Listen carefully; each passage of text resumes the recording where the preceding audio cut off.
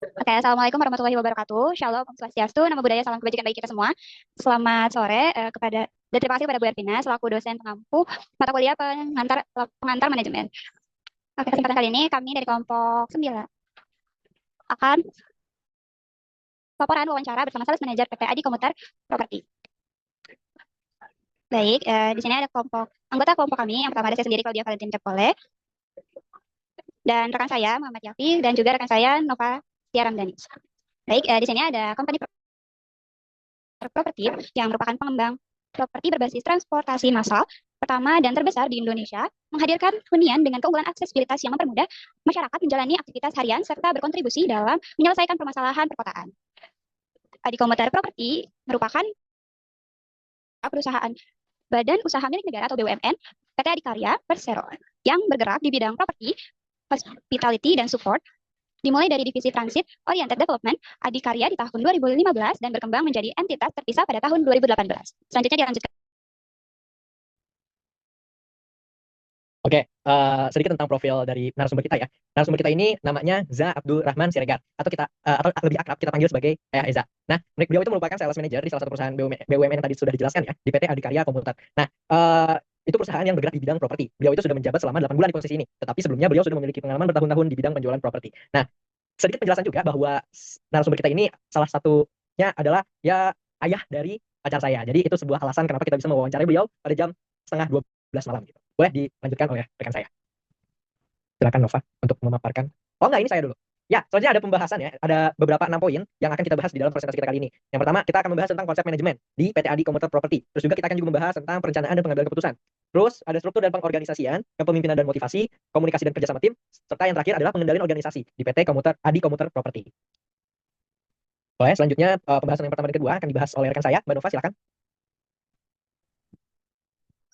Baik, untuk pembahasan pertama ada konsep manajemen yang ada di PT Adi Komuter Property. Nah, dari berdasarkan hasil wawancara yang dilakukan kami bersama narasumber tuh menyampaikan bahwa motivasi utamanya terjun ke bidang penjualan properti di bawah naungan BUMN adalah karena bidang tersebut merupakan passion yang ia miliki. Nah, selain itu, jiwa sosial narasumber tuh turut mendorongnya untuk membantu masyarakat Indonesia dalam memilih hunian yang berkualitas, investasi yang tepat, dan terpercaya dari pengembang atau developer yang dapat diandalkan. Motivasi ini tuh sejalan dengan teori kebutuhan manusia yang dikemukakan oleh Maslow, khususnya pada tingkat aktualisasi diri, yang mana seseorang termotivasi untuk mewujudkan potensinya. Nah, namun termasuk dalam bidang profesional yang sesuai dengan minat dan nilai-nilainya. Selanjutnya ada perencanaan dan pengambilan keputusan di PT Adi Komuter Property. Berdasarkan hasil wawancara kami dengan narasumber tuh menyampaikan bahwa dalam mengelola tim sales untuk mencapai target, ia menerapkan konsep pengendalian yang melibatkan penetapan visi dan misi tim sales. Narasumber menekankan pentingnya pemberitahuan yang jelas mengenai apa yang harus dicapai oleh tim. Dalam hal ini, visi dan visi berfungsi sebagai panduan strategis bagi tim untuk memahami tujuan yang harus dicapai. Hal ini selaras dengan konsep teori gaya pemimpinan visioner. Nah, narasumber juga mengingatkan bahwa penghasilan dari penjualan berupa komisi bukan gaji tetap, sehingga memerlukan upaya yang konsisten dari anggota tim untuk mencapai target yang ditetapkan. Next akan dijelaskan oleh rekan saya. Ya, Mbak Claudia, silakan. Baik, selanjutnya yang ketiga di PT Adi Komuter Property. Struktur organisasi di PT Adi Komuter Property ini yang terintegrasi dalam proyek LRT Adi Komuter Property di apartemen Royal Central Park menunjukkan pendekatan fungsional yang terstruktur dengan pembagian tugas yang jelas berdasarkan fungsi seperti pemasaran, keuangan, konstruksi, dan manajemen gedung. Dari wawancara dengan narasumber terlihat bahwa perusahaan ini mengadopsi struktur organisasi yang efektif dalam mengordinasikan berbagai fungsi untuk mencapai tujuan proyek besar mereka. Hal ini sejalan dengan kajian teori mengenai pengorganisasian yang menyatakan bahwa pembagian kerja yang jelas dan koordinasi yang baik antar bagian akan mendukung efisiensi operasional dan pencapaian tujuan. Selanjutnya, ada kepemimpinan dan motivasi di PT Adi Komuter Property. Pendekatan kepemimpinan yang diterapkan oleh narasumber mencerminkan integrasi antara gaya kepemimpinan transformasional dan pendekatan perilaku yang berorientasi pada hubungan interpersonal. Dalam wawancara juga, narasumber menjelaskan bahwa ia menggunakan metode personal untuk menulis 5 keinginan yang ingin dicapai setiap bulan dan menyimpannya di dalam dompet. Langkah ini tidak hanya membantu anggota tim untuk tetap fokus pada tujuan mereka, tetapi juga berfungsi sebagai alat motivasi yang secara psikologis memelihara antusiasme individu terhadap pekerjaan mereka. Baik, selanjutnya akan dilanjutkan oleh rekan saya. Oke, kalau tadi sudah dibahas poin ke 1, 2, 3, dan 4, kali ini saya akan membahas tentang poin kelima dan ke-6. Yang kelima adalah komunikasi dan kerja sama tim di PT Adi Komuter Property. Nah, dalam menjaga komunikasi yang efektif antara tim lapangan dan manajemen perusahaan, narasumber itu mengimplementasikan beberapa strategi, yang yaitu adalah strategi untuk terjun langsung ke lapangan dan memanfaatkan teknologi seperti fitur share location atau share live location yang ada tersedia di WhatsApp ya. Nah, pendekatan ini selaras dengan kajian teori yang menekankan pentingnya memilih saluran komunikasi yang tepat dan memanfaatkan teknologi untuk memperluas jangkauan komunikasi. Hal itu dibahas dalam bukunya Robbins. Nah, selanjutnya, penggunaan teknologi ini juga memungkinkan narasumber untuk memantau aktivitas secara real time, mengurangi potensi kesalahpahaman, dan memastikan bahwa setiap anggota tim itu memahami tanggung jawab mereka. Nah, dilanjut, keterlibatan langsung narasumber juga itu mencerminkan strategi komunikasi yang efektif ya, yaitu mendengarkan secara aktif dan berdialog secara konstruktif, yang dibahas di dalam bukunya Richard L. Duff. Nah, hal ini memungkinkan narasumber untuk tidak hanya memahami kondisi lapangan, tetapi juga memberikan umpan balik yang relevan kepada tim. Dengan berkunjung langsung ke lokasi kerja tim lapangan, narasumber dapat membangun hubungan interpersonal yang lebih baik dan menciptakan rasa kepercayaan di antara anggota tim. Pada akhirnya ya, hal ini tuh tidak hanya meningkatkan produktivitas kerja, namun juga menciptakan lingkungan kerja yang kondusif untuk kerja sama tim yang efektif. Nah, selanjutnya ada bagian pengendalian organisasi. Di PT Adi Komuter Property, berdasarkan wawancara kami dengan narasumber, pengendalian terhadap perubahan pasar atau kebijakan perusahaan mereka itu dilakukan dengan cara mengkomunikasikan kepada anggota tim bahwa perubahan tersebut telah dikelola oleh pihak yang bertanggung jawab. Artinya bukan dari si anggotanya yang seharusnya bertanggung jawab. Maka fokus yang dilakukan oleh narasumber itu mengurangi kecemasan atau kebingungan yang mungkin timbul pada tim sales terkait perubahan tersebut.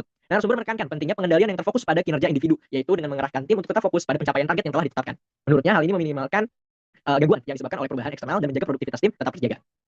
Lalu ini dibahas ya di dalam kajian teori kami, yaitu pendekatan ini itu sejalan dengan konsep pengendalian dalam manajemen yang didefinisikan oleh Robbins Culture, yaitu sebagai langkah untuk memantau dan mengoreksi kinerja guna mencapai tujuan organisasi secara efektif dan efisien.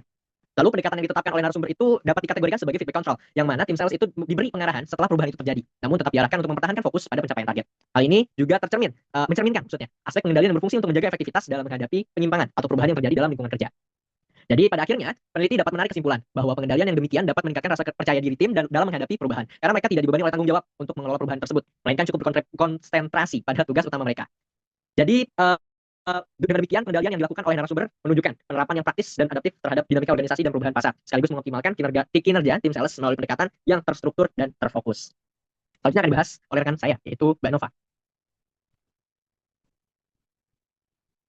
Ya kan? Atau Mbak Claudia? Silakan. Ya. Selanjutnya ada kesimpulan. Jadi secara keseluruhan tuh praktik manajerial di PT Adi Komuter Property mencerminkan penerapan konsep-konsep manajemen yang adaptif, strategis, dan berbasis pada hubungan interpersonal yang kuat. Penggabungan berbagai teori manajerial dengan pendekatan yang praktis memberikan pelajaran penting mengenai keberhasilan dalam mengelola tim dan pengambilan keputusan yang tepat di industri properti. Selanjutnya akan dijelaskan oleh rekan saya, Mbak Claudia.